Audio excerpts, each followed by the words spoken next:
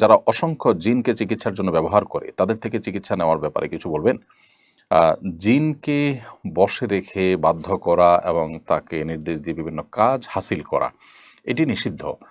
যেটাকে ইস্তেআনা বিল জিন বলা হয়ে থাকে। ইস্তেআনা বিল জিনের পরে হাদিসে এবং নবী করিম সাল্লাল্লাহু আলাইহি ওয়াসাল্লামের বহু বক্তব্যে পরিষ্কারভাবে নিষেধাজ্ঞার বিষয়টি আমরা জানতে পারি। বিধায় ইস্তেআনা বিল জিন কোনো অবস্থাতেই করা যাবে না। একজন মুসলমান সেটি করবেন না।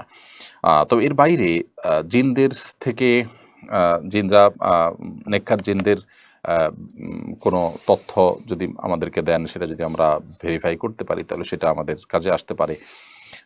বাট তাদেরকে বশে এনে, তাদেরকে বাধ্য করে, তাদেরকে দিয়ে বিভিন্ন কাজ করানো, সেটা কিন্তু জায়েজ নয়। বিশেষ করে ইস্তেআনা বিল জিন বলা হয় যেটাকে। সুলাইমান সাল্লামের যেটি ঘটনা রয়েছে যে তিনি জিনদের বশীভূত করতেন বা তার বশীভূত ছিল, তিনি মসজিদে আকসার জিনদের দিয়ে তৈরি করেছেন।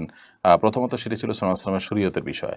এক নবীর শরীয়ত কিন্তু অন্য নবীর জন্য প্রযোজ্য হয় না। আমাদের নবী সাল্লাল্লাহু আলাইহি ওয়াসাল্লামের যে বক্তব্য রয়েছে, যে হাদিস রয়েছে, সেই হাদিসে একেবারে পরিষ্কার, সেগুলোর আলোকে আসলে জিনদের থেকে সাহায্য প্রার্থনা করা জায়েজ নয়।